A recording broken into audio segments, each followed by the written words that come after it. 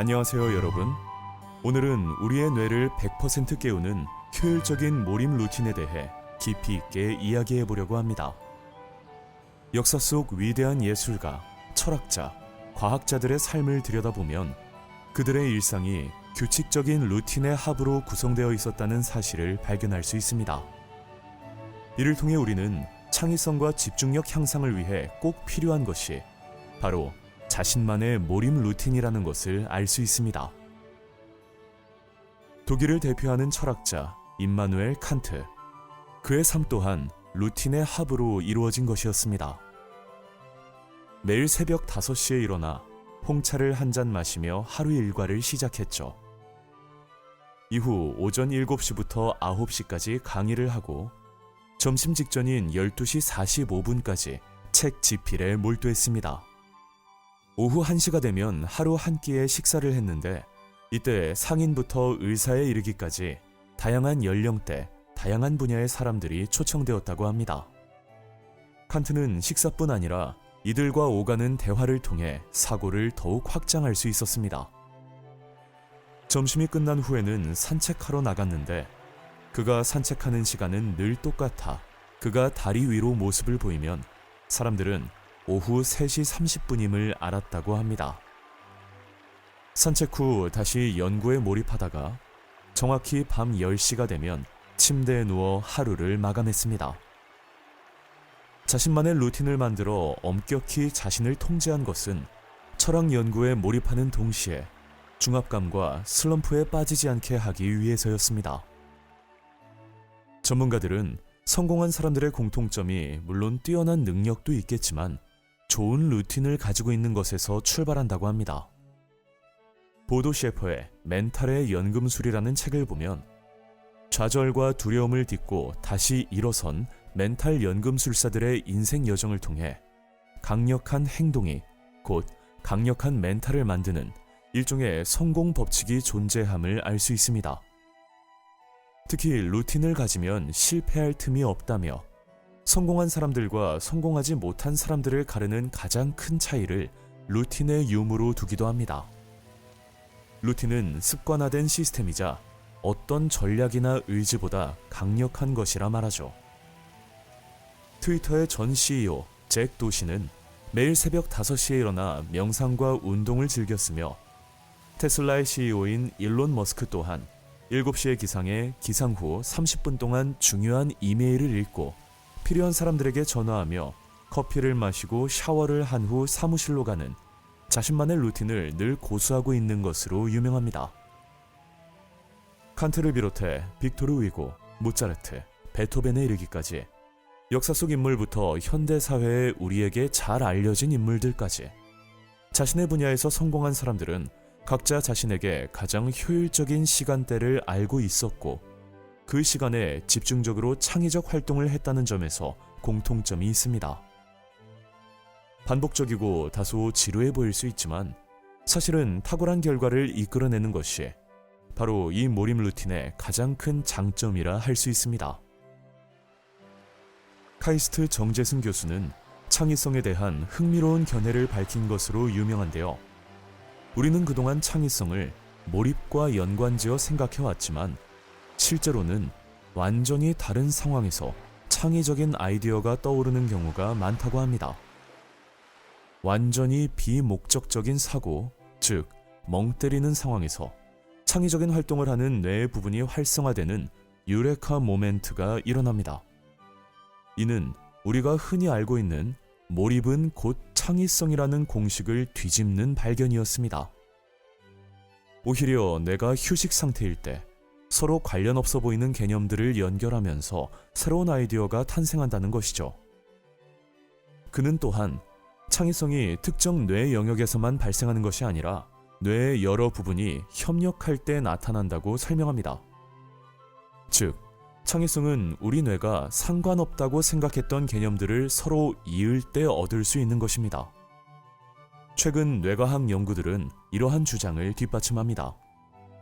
한 연구 결과에 따르면 우리 뇌의 디폴트 모드 네트워크라고 불리는 부분이 휴식 상태에서 가장 활발하게 작동한다고 하는데 이는 자아 성찰, 미래 계획, 그리고 창의적 사고와 밀접한 관련이 있다는 것이 밝혀지기도 했죠. 역사적으로도 많은 창의적 발견들이 소위 말하는 멍 때리는 순간에 이루어졌습니다. 아르키메데스가 목욕탕에서 휴식을 취하던 중 부력의 원리를 발견하며 외쳤던 유레카, 사과나무 아래에서 쉬던 중 떨어지던 사과를 보고 발견한 뉴턴의 만유인력의 법칙, 전차를 타고 멍하니 길을 떠나던 중 떠오른 아인슈타인의 상대성 이론까지, 이 모든 것들이 멍 때린 덕분에 탄생한 것이었습니다. 창의성 향상을 위해서는 따라서 규칙적인 멍 때리는 시간을 갖는 것이 꼭 필요합니다. 물론 이를 위해선 서로 다른 개념을 연결할 수 있는 기반을 마련해야 하는데요. 다양한 분야의 지식을 쌓거나 새로운 경험을 통해 뇌에 자극을 제공하고 진정한 멍 때리기를 실현할 수 있도록 뇌를 휴식 상태로 유도하는 명상 또는 마인드풀리스를 실천하는 것이 중요합니다.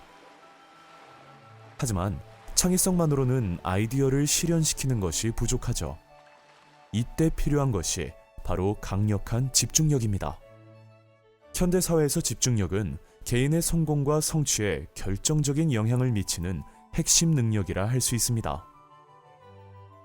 그렇다면 집중력이 단순히 한 가지 일에 오래 매달릴 수 있는 능력이라 보는 게 맞을까요? 실제로는 그렇지 않습니다. 인지자원을 효율적으로 배분하고 불필요한 정보는 걸러내며 중요한 정보에 주의를 기울이는 복잡한 과정이 집중력이라 할 수 있죠. 현대사회에서 우리는 끊임없는 정보의 홍수 속에 살고 있습니다.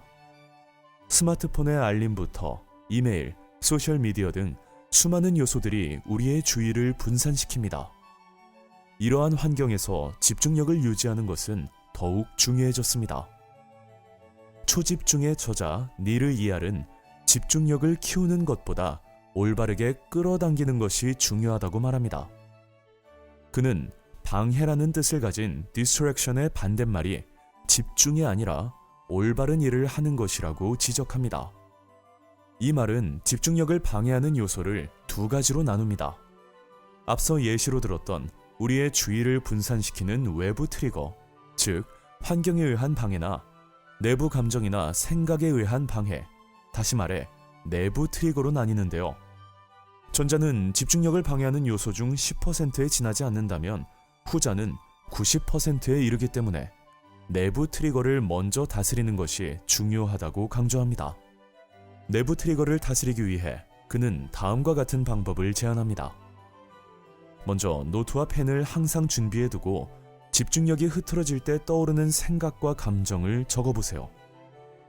왜 그런 생각이 들었는지 스스로에게 물어보며 자기 성찰의 시간을 가지시길 바랍니다. 하루 30분 정도를 정해 노트에 적어둔 방해 요소들을 처리하는 시간을 가지세요. 처음에는 10분 법칙을 시도해보세요. 충동적인 행동을 10분 동안 참아보는 것입니다. 이러한 방법들은 메타인지를 활용해 자신의 행동과 감정을 객관적으로 바라볼 수 있게 해줍니다. 집중력을 높이는 또 하나의 방법으로 성공한 사람들의 상위 10%가 실천한다는 Not to do 리스트가 있습니다. 이는 단순히 해야 하는 일을 나열하는 것이 아니라 하지 말아야 할 일을 명확히 정하는 것입니다. 예를 들어 식사할 때 예능을 보지 않는다, 아침에 일어나자마자 스마트폰을 확인하지 않는다, 업무 중 불필요한 회의를 하지 않는다 등의 항목을 이 리스트에 추가할 수 있죠. 중요한 것은 글로만 적는 것이 아니라 그 행동을 하지 않았을 때의 긍정적인 결과와 감정을 함께 연상하는 것입니다. 앞서 예를 들었던 식사할 때 예능을 보지 않는다 라는 이 행동을 할 경우 음식의 맛을 더 잘 느낄 수 있고 가족과의 대화 시간이 늘어나 더 행복해질 것이다 라고 구체적인 긍정적인 결과를 상상하는 것이죠. 우리는 종종 여러 가지 일을 동시에 처리하는 것이 효율적이라고 생각합니다. 하지만 실제로 인간의 뇌는 한 번에 하나의 인지적 작업만을 집중적으로 수행할 수 있습니다. 멀티태스킹이라고 생각하는 것은 사실 두 가지의 일을 빠르게 번갈아가며 하는 것에 불과합니다. 그리고 이 과정에서 뇌는 더 많은 에너지를 소모하게 되기 때문에 결과적으로 일에 대한 효율성이 떨어지는 것을 경험할 수밖에 없는 것이죠. 따라서 진정한 집중력 향상을 위해서는 한 번에 한 가지 일에만 몰입해 집중하는 습관을 들이는 것이 중요합니다. 앞서 언급했듯이 창의성은 종종 멍 때리는 순간에 찾아옵니다. 멍 때리는 순간, 곧 휴식을 의미하는데요. 하지만 모든 휴식이 동등한 가치를 지니는 것은 아닙니다. 좋은 휴식의 조건은 다음과 같습니다. 휴식 후 마음이 편안해야 하는 것은 물론이고 자율성이 보장되어야 하죠. 만약 누군가가 휴식을 강제로 시킨다면 그것은 진정한 휴식이 아닙니다. 또한 휴식을 할 때는 그 휴식에 완전히 몰입되어야 합니다. 휴식을 하면서 일을 함께 할 수는 없죠. 그래서 일과 철저하게 휴식을 분리하는 노력이 필요합니다. 휴식 시간에도 업무에 대한 생각을 멈추지 못한다면 그것은 진정한 휴식이라고 할 수 없는 것이죠. 다음의 내용을 참고해 여러분만의 효율적인 몰입 루틴을 만들어 보시길 바랍니다. 하루의 시작은 명확한 목표 설정과 나투두 리스트를 작성하는 것에서 출발하는 것이죠.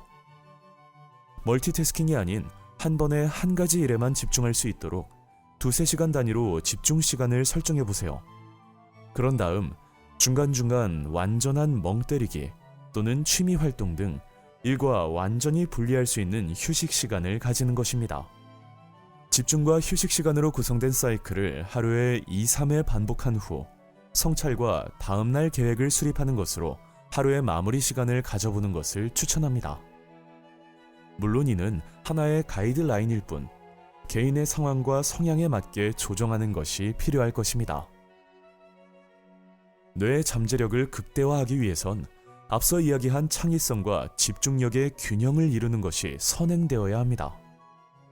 약 860억 개의 뉴런으로 구성된 우리의 뇌는 초당 수천 개의 생각을 처리할 수 있지만 이런 놀라운 능력을 100% 활용하고 있는 사람은 거의 없죠. 뇌의 잠재력을 최대한 끌어올리기 위해선 적절한 집중과 휴식을 통해 창의성과 집중력을 동시에 향상시키는 것이 꼭 필요합니다. 포모도로 기법은 집중과 휴식의 균형을 맞추는 데 도움이 됩니다. 이는 25분 동안 집중해서 일하고 5분간 휴식을 취하는 방식인데요. 이렇게 하면 집중력도 유지하면서 동시에 뇌에 적절한 휴식을 줄 수 있기 때문에 보다 효율적으로 일하는 데 도움이 된답니다. 종합해보자면 창의성은 열심히 무언가에 몰입하고 집중할 때보다 멍 때리고 있을 때 찾아오며 이는 우리가 특별히 아무것도 하지 않고 있을 때 활성화되는 뇌의 디폴트 모드 네트워크와도 연관이 있습니다. 이 네트워크가 활성화될 때, 즉 멍 때릴 때 우리의 창의성이 높아진다고 할 수 있습니다. 샤워를 하거나 산책을 하거나 그냥 창밖을 바라보는 것만으로도 여러분의 뇌는 자유롭게 생각을 연결하며 새로운 아이디어를 만들어낼 수 있는 것이죠.